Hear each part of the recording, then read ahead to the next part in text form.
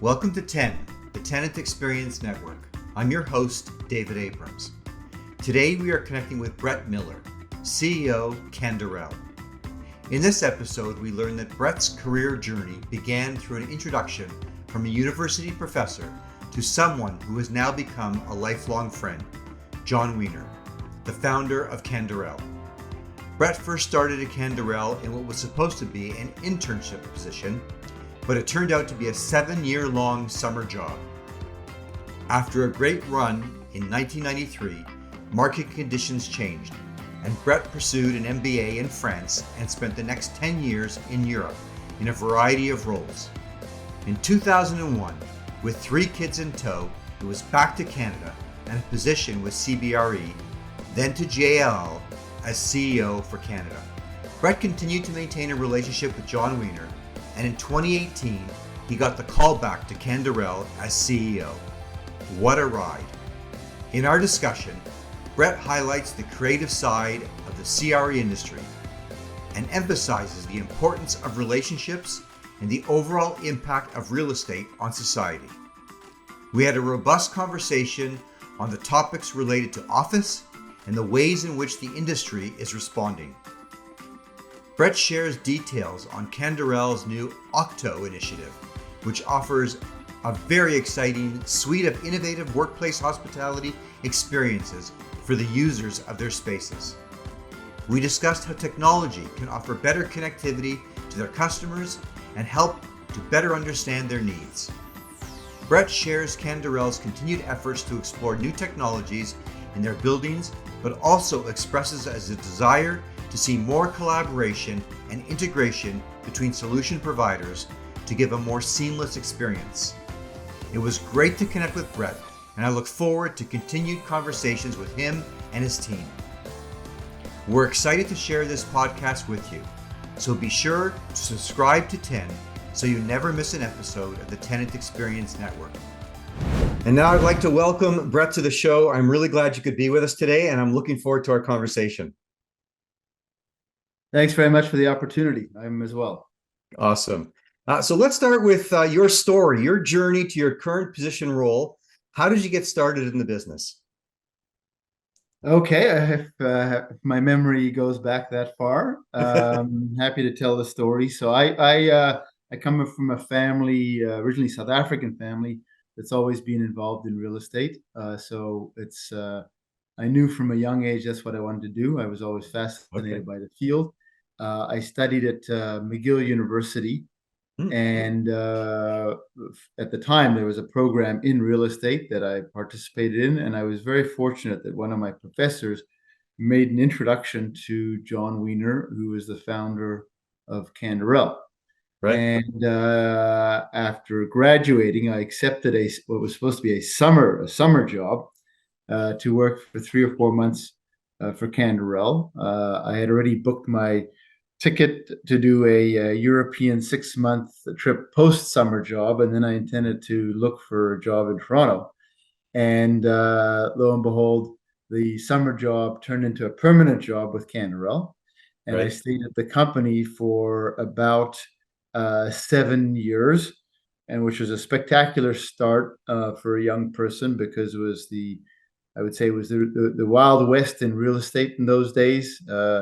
The run up in the late 80s, where things were just crazy, a massive amount of construction and new development, all the way into an overheated market that then had a precipitous drop off the cliff. And so I found myself in 1993 kind of twiddling my thumbs, considering myself to be a real estate developer, but with nothing to develop. And so I had always wanted to do an MBA, so I headed off to INSEAD, which is an MBA program in France, just south of Paris.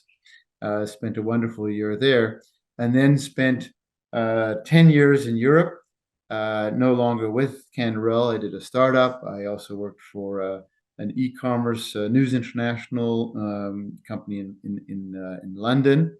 And post all that excitement, with 3 kids in tow, this was now 2001. I decided, one, I wanted to get back into real estate, and two, I wanted to raise my children in Canada and get back to Canada. And so Mm-hmm. at that point, I came back to Canada, worked for CBRE, Yep. running firstly their Montreal operation and then their Eastern Canadian operations. Then switched from the Coke to the Pepsi, which was JLL, CBRE's number one competitor, to be their CEO for Canada. And for 6 years, built that business up into a fairly substantial operation, all the while maintaining a great relationship with John Weiner, who's been Mm-hmm. a mentor, a friend, an ally in my career all through the years. And in late 2018, he called me up and he said, "Brett, I'm turning 70 this year. It's time for me to not retire, but take my foot off the gas and let somebody else continue the acceleration. Would you consider coming into Canderel as our CEO?" So long story short, it was a full kind of Wow. 360 degrees. And today I find myself actually sitting in the same desk that I sat in when I was 21 years old. So I didn't get very far. That's amazing. What a Yeah, fantastic story, yeah. and what a wonderful outcome in the end. That's just incredible. And for you to be able to come back to a company that was obviously so key and critical to your early development, and to now play a role in its future. That's quite a story. Quite Yeah, it unusual. was very exciting. Yeah. Yeah. And so you had your family in London, France, both. Yeah, so my three kids were born in Bois de Boulogne, just outside of Paris. And Mhm. then as a family, we moved to London and then continued on to Montreal. Wow. Fantastic. So, I mean, you clearly had your sight set on real estate. That's very unusual. Most of my guests, the typical story is I had no idea how I got into this industry. It was completely unplanned and often not something they anticipated. So with you, there was already sort of some early seeds planted. But in the end, it's still got to be right for you. So why do you think you were so uniquely suited to the opportunity? What's helped you to Yeah, be I've successful? always been fascinated by real estate. I mean, I find it's a field that allows for tremendous creativity, right? So it's got the technical aspects, whether it's finance, whether it's engineering, whether it's architecture, but it's really you can create. You can either create the deal or create the real estate itself. I always found that fascinating. It's a business that's based on relationships. Mhm. It's a business that's you're not pumping out widgets. It's a high margin, high impact business, and it has an impact on our society. We Yep. build a fantastic development that really improves people's lives, and something that I don't know just excites me. Yeah. I think the notion of creativity, some people would think, well, it's just real estate, it's construction, but I think there is so much creativity actually involved, at all the different stages of the development process. And then even when, the building's up and running in terms of how it's delivered to the customer and what you do with the physical interior spaces, there's a ton of opportunity for Yeah, creativity. no, and also it changes over time, particularly now, as the way we use properties and the need for them changes. They have to be re-engineered. You have to re-engineer the way you manage them. So you can if you come at the sector with innovation, you can do some exciting things. Right. Right. Well, again, I think that's another misconception where people look at real estate and think of it's so permanent. And yet, I think we've certainly learned, and we'll talk about that. Actually, it's a good pivot to our next question. That certainly a lot has changed. So I think we can both agree. You've been through, a lot of different ups and downs in the industry, but I think we can both agree that this has been one heck of a ride more recently. Commercial real estate still the largest asset class in the world, but still continuing to rebound from the prolonged period of these low levels of occupancy and really rethinking, reemerging, re-energizing in this new world as to how it, provides service and value to people Yeah, and delivers that service and value. So our team, we're certainly really focused on thinking a lot about this new workplace ecosystem and how the physical workspace within a building fits into that much larger sort of opportunity. People can work from anywhere today. People are working from anywhere. So my question, certainly from your lens into the industry, is, and what I try to provide to our listeners is a real-time view, like what's going on now in your world. What are you seeing? How are you seeing the industry reimagining itself and responding to the emerging needs of your customer?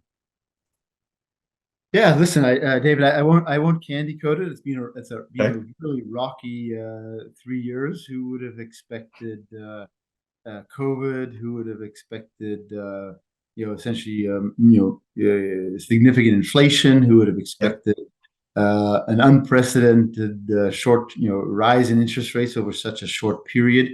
And so you have to you have to kind of manage with all the blows that are coming at you. Mm-hmm. Across all asset classes, occupant or user or tenant behavior is changing.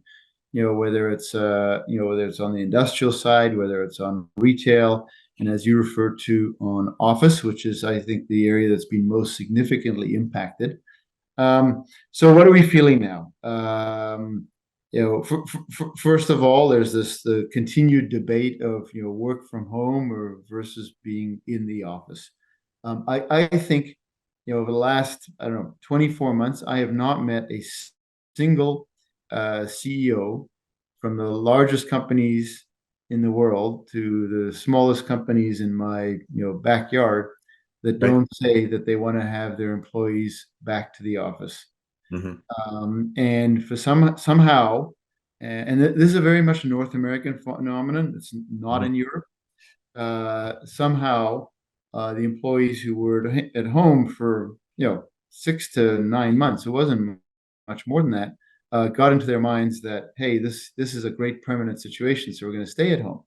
And with some validity, because there are many chores or functions or tasks that we perform in the office where one is working alone in front of a computer screen, and there's no Yep. benefit to actually being in a work environment. In fact, you can argue that maybe with the peace and quiet of working in one's living room or bedroom, you can actually be more efficient.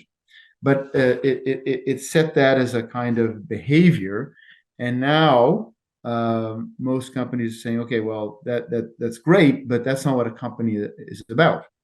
Mm-hmm. If a company was just about a collection of people doing tasks, well, we wouldn't have companies. We could outsource it all. Right. And some have even threatened, well, we could just outsource, not to 50 kilometers from Toronto. We could outsource 5,000 kilometers away to India. And so, most CEOs are recognizing that to really run a company and to grow a company, we need the employees back at the office. And so, in real time, I find every 3 months that goes by, the pendulum is swinging a little Mm-hmm. bit more in favor of return to the office. But I am very conscious of the fact that we can't. It's not just a one-sided discussion where the Right. employer says, get back to the office or else. It has to be, we would like you to come back to the office, and here are the benefits. Right. And so every employee is trying to, employer is trying to increase those benefits, but they can't do it alone. And I think there's an important part and an important role for building managers and owners to be a partner in that process. Because if you think of the office experience, it's not limited to just the square footage you occupy where your computer sits. It's the journey to work, the feeling of the arrival, and then all of the animation activities around your work day, Yep. whether when you go to the gym or whether you go pick up a sandwich or you go out with friends for a cocktail or a drink after work. And so the owner of the property has an increasingly important role to play in that. So I 100% agree. One of my questions that I typically ask, and you beat me to it, is sort of, what responsibility or how closely should building owners be and operators be working with, their customers, their tenants, their occupiers to help support them and help them attract and retain the best talent and create the experiences that will help build great companies. It was interesting, and when you use the word company, that ultimately, if we, by the very nature of that, it means we come together at times. And of course, company means in the company you keep. Right. As another definition, and it only dawned on me as you just said it. I'm not sure why I haven't clued into that before. But I agree. I mean, if we all want to be freelancers, we can choose, not to work for a company per se, and just, provide a service on an ad hoc basis. But I think there is an opportunity to come together. And again, you're right. If your task can be more efficiently performed remotely, then that might be okay too. I don't think it's a one size fits all. I know you're doing some exciting, you've done some exciting thinking and now have some exciting sort of outcome of all of that to share and to show around how the building can be more supportive of your tenants and your occupants. I'm just wondering if you'd like to share a little bit about that. Yeah, gladly. So for the most part, the last 50 years, if you ask the owner of a property who's their customer, they would say, well, my customer is the tenant, the corporation that signs the lease and pays me the rent. And the result, there's been very little exposure, dialogue, communication with the real customer. And the real customer is the occupant or the user of the space, which is the employee. And so in order to I could call it create a better offering for that employee. You need to communicate and shape your marketing to speak to the employee customer. And so we've come out with an interesting concept which we call Okkto, which is don't ask me how it's a made up word, but it's a marketing word that kind of comes off the tongue relatively easily. And that is to address to employees, not to the tenants, to say, hey, we are thinking about your work lifestyle balance, and it used to be a distinction between what was work and what was life, and we've passed those days, and it's all really now about work-life synergy, right? So how can you integrate both into your work day? And so Okkto says, well, the building speaks to you because we will be an ensemble of all sorts of activities that are integral to your life. So that when you come to our building, you're not just coming to work, but you're coming to live. And so Okkto has actually 5 components to it. The first is as I referred to earlier, the arrival experience. So you're not walking into an intimidating lobby that's made of concrete and granite and designed to intimidate, but rather something that feels a little bit more soft and like your home or like a boutique hotel. So we're in the process with Okkto of softening up lobbies to make seating areas with aromas, with music, and with food components. So it's a welcoming environment. With a second component, which is the human experience, the concierge. So somebody says, "Hey, Jack, how you doing today? Can I grab you a coffee, or do you need an umbrella? Or nice to see you coming into work today." A welcome. The third is recognizing that within the building, you're going to work in space that's adapted to each of the activities you perform. Some at your desk, but then also in conference centers and in employee lounges. So the Okkto buildings will have these, shared conference lounge floors. So it also is a great offering to tenants. They can take a little bit less space and have the large boardroom accessible to be used, twice a month, as opposed to having it within their premises. And then the fourth is called the wellness component. So that's the yoga, that's the gym, that's the parking for bike commuting, that's the showers and towel service. And then the fifth, which I think is the most important, it's all about the community management, and that's about animation of the activities. And so the building can create a wine club or a group that goes walking on Mount Royal at lunch hour, or offer learning courses with a wealth manager, a nutritionist, or all sorts of specialists that can come into the building and cater to that community.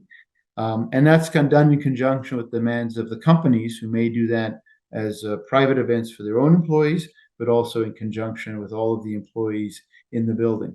So, we could say to the employee at that point, so sure, you could stay at home and you can work in your living room and talk to nobody and learn nothing and not network and not socialize, or you can come to this place which you call it the office building, but it's got so much more.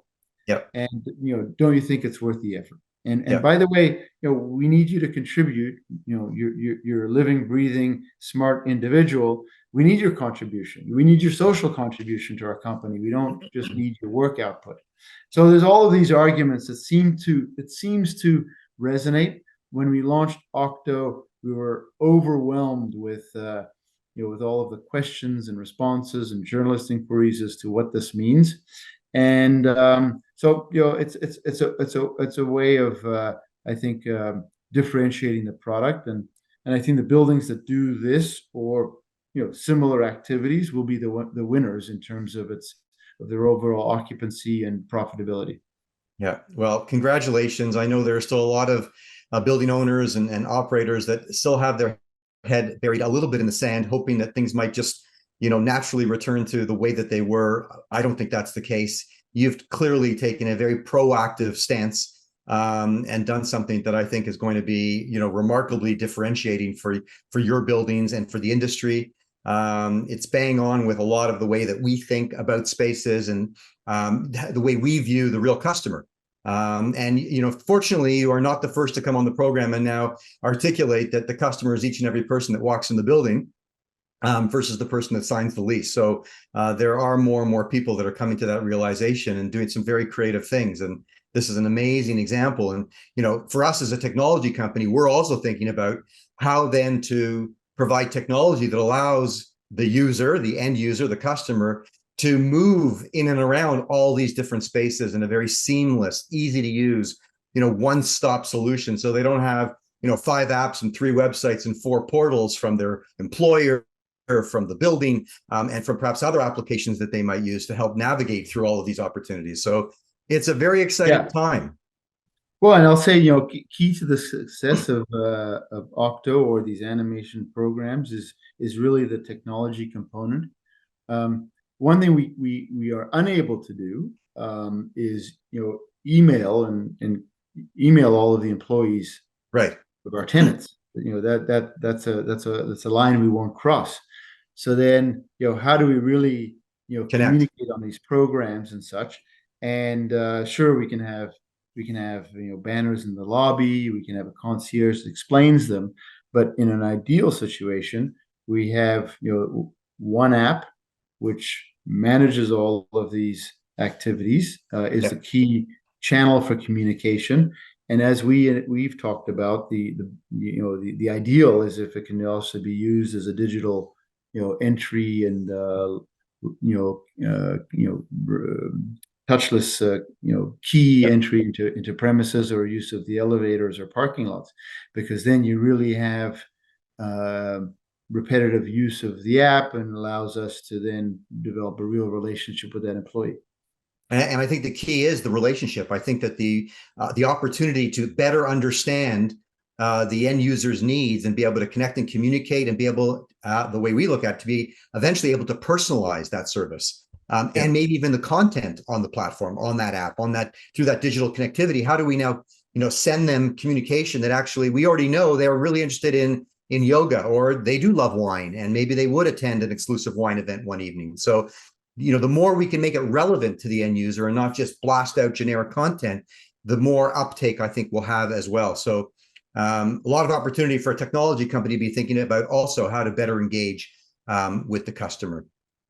You talked a lot about the work that you're doing in the space, and it's remarkable. We also really think about buildings as not just as silos, but also very much part of neighborhoods and cities. And we've certainly seen in the urban core the negative impact of buildings, during the height of COVID being empty, and the impact that that's had on local businesses and downtown core. So just, we are looking to also form partnerships with those downtown areas and, look at ways in which we can create more amenities, not even within the building, but through connection to various neighborhood businesses. Any thoughts on the responsibility of building owners and occupiers, in terms of helping to build more vibrant cities at this point? Yeah, no, I believe it's essential. And the cities of right across Canada have all various initiatives to try to stimulate downtown and provide some breaks for the retailers. But look, I think we also have to think our cities in the physical space and also the virtual space. So Mhm. maybe through your technology, you're connecting, whether it's the physiotherapy student or the studio, or it's the dental clinic or others, Yep. where even if people are not downtown, they're part of the downtown community and connecting through the app and booking appointments and such. Yep. But it's a challenge, and I would say the biggest challenge we're facing right now is really the timid nature of our large employees, and in fact government, to get their Hmm. employees back. If you Yep. if you if you bisect the profile of companies, say less than 50 people and plus 50 people, you will see in the under 50 people companies, for the most part, they're back They're 5 days. back. They're back. Yep. They're back, and the owner of the company, or the manager of that small division is there and has enough constant contact with the employees to say, hey, you're in the office 100%. It's the big banks, the insurance companies, the large engineers, large tech companies that are really fearful to make Yep. demands on their employees, and that hurts our downtown. Those are huge volumes of people. And government, to your point, you did mention government, and in certain cities, that's Yeah. that's not just huge. It's pretty much all. So that's a Yeah, I problem mean, as I've well. shaken my boots when I think, what'll happen to Ottawa Yeah. if and the federal government represents more than 50% of occupied space, if we continue on this basis of minimum 2 days a week. Yeah. Ottawa will be destroyed. And the problem is when downtowns don't have activity and population, then they become dangerous places, and you have Right. the homeless community that is there on a frequent basis, and it's very hard to reverse that trend. I agree. Well, we're heading into a short commercial break, and I don't want to do it on a down note, but I think on a positive note, I think we can both agree that the opportunity to be more collaborative and to create more vibrant downtowns, certainly it is our responsibility, and there is a lot to be gained by doing it. So we have our work cut out for us on that front. Let's take a short commercial break, and we'll be right back. This episode of 10 is proudly brought to you by Hilo. Hilo is a rapid deployment workplace engagement platform for the hybrid world that enables building operators to connect to their tenants, whether they are at work, at home, or anywhere in between. We are in the midst of a seismic shift in the evolution of the workplace. Now more than ever, it's clear that the most important asset of a building is the people. Commercial real estate leaders recognize that tenants and employees want new kinds of spaces, services, and amenities to support having the flexibility to work from anywhere. Workplace engagement solutions that connect hybrid working people to buildings no matter where they are have become a major differentiator as buildings compete to retain current tenants and attract new ones. Hilo empowers building operators to meet this challenge. To learn more about Hilo and schedule a demo, visit hiloapp.com. And now I'd like to welcome back to the show Brett Miller, CEO, Canderel. We've talked a little bit about technology, given that's sort of what we do every day, and we certainly believe it's playing a significant role in helping to shape how building operators are delivering great customer experience, how they're running their buildings, how they're engaging with their customers. Certainly we both spoke about it, workplace engagement being uppermost in everyone's mind. Just curious, with a focus on continuing to evolve to meet the needs of people and buildings, and certainly ESG initiatives, what technologies have you looked at, are you looking at, that are having an impact on contributing to create a better experience in your buildings? That's a very good question. And I would say that over the last 4 or 5 years, we have been on the forefront of experimenting with various technologies, both on the customer experience, but also on the back end. And I would say, to be honest, with with limited success. Mm-hmm. The what we're trying to do these days is work very closely with our technology providers to ensure that we have a seamless integration into Mm-hmm. our operations, because standalone technologies just don't work. Yep. It's too cumbersome, and in fact, they're often sold on the idea that they're going to increase efficiency, and we could potentially reduce manual input and manual labor, and in fact, it actually increases it. So Mm-hmm. we're very much adopting the latest of Yardi's platform, and so now we make it a mandate to our various technology providers to be fully integrated into Yardi, so we can have a very seamless environment. But one of the biggest challenges that most real estate companies face is ensuring continual and seamless communication between all the departments.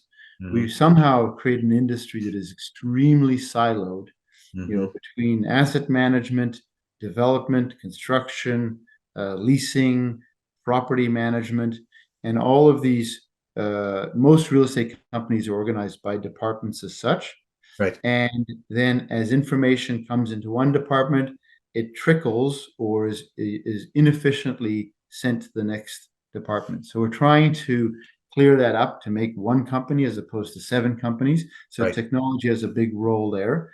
And I would say, groups such as yourselves and some of the work that we're doing with our sustainability group are cross-functional. Right. And so it's a combination of, in your case, I call it, marketing, property management, construction, even accounting and finance has to work together Right. in order for the programs like Okkto to be successful. And so that's helping to break down some of the barriers. Another example of this is something we call RNZ, Road to Net Zero. Mm-hmm. I think I'm probably speaking out of turn because we're only launching it in 3 weeks, which is really Canderel's, I guess, initiative to try to move buildings to carbon neutrality Mm-hmm. in a very proactive, real-world manner, as opposed to just making statements and saying we're aiming to do something by 2050. So it is. We recognize that the industry is extremely fragmented in terms of the move to carbon neutral. You have to get the auditors, you have to get the engineers, you have to get the certifiers, you have to get the construction groups, you have to get the design build HVAC companies Yep. to all work together. And most companies are, other than the largest pension funds, are completely overwhelmed by the complexity of doing that. So what we've done is put together an ecosystem of all of those providers into a one-stop shop that we call RNZ. Right. So much so that we've already done 2 pilot projects, and from establishing the roadmap to sourcing the subsidies and funds to do so, to looking at the impact on the building's operating expenses and amortization of capital expenditures, to putting it in place, we've managed to compress that in one instance down to 15 months. Wow. So we'll take a building from essentially carbon emissions to 95% carbon free in a period of 15 months in a very effective manner. And so we're rolling that out as a concept across our portfolio and a service offering to the industry. And so coming back to your point on technology and these silos, that couldn't be possible if we didn't get all of our departments working together, working off the Yardi platform, and then taking these various solution-specific technologies within Yardi now to be able to evaluate where we're going to the end result. Right. Well, I think you raise a good point. I think it's not about choosing vendors. I think it's about choosing partners. And just as you're looking at how to make your internal team, more collaborative and more inclusive, I think that the external teams that come into play, they've got to be seen as partners, and they've got to be embedded in the ecosystem, and look at ways to, create a more seamless solution versus, this vendor provides this service and this vendor provides this service. That is not going to be sustainable. Right. Yeah. And we actually on this RNZ program, we spent most of our time working with these various vendors to actually get them to provide a kind of collaborative solution as opposed to their solution. That was the hardest thing to do. I'm sure. Yeah. But I'm sure it'll pay big dividends in the future as well. Listen, so we could go on and talk for a long time about all that we've already touched on, but I want to just close with a little speed round, just an opportunity to get to know you, Brett, a little bit better. So when you're not working, when you're not sort of doing what you are most passionate about in terms of real estate, what do you do? What do you enjoy to do in your off time? Definitely very active with the family, but I'm a big runner, cyclist, mountain biker, anything that is a little bit long endurance and painful. Okay. And then I'm a hobby farmer. We have a farm just about an hour and a half away from Montreal, and there's never a dull moment on the farm. Amazing. Well, I share the passion for running and riding.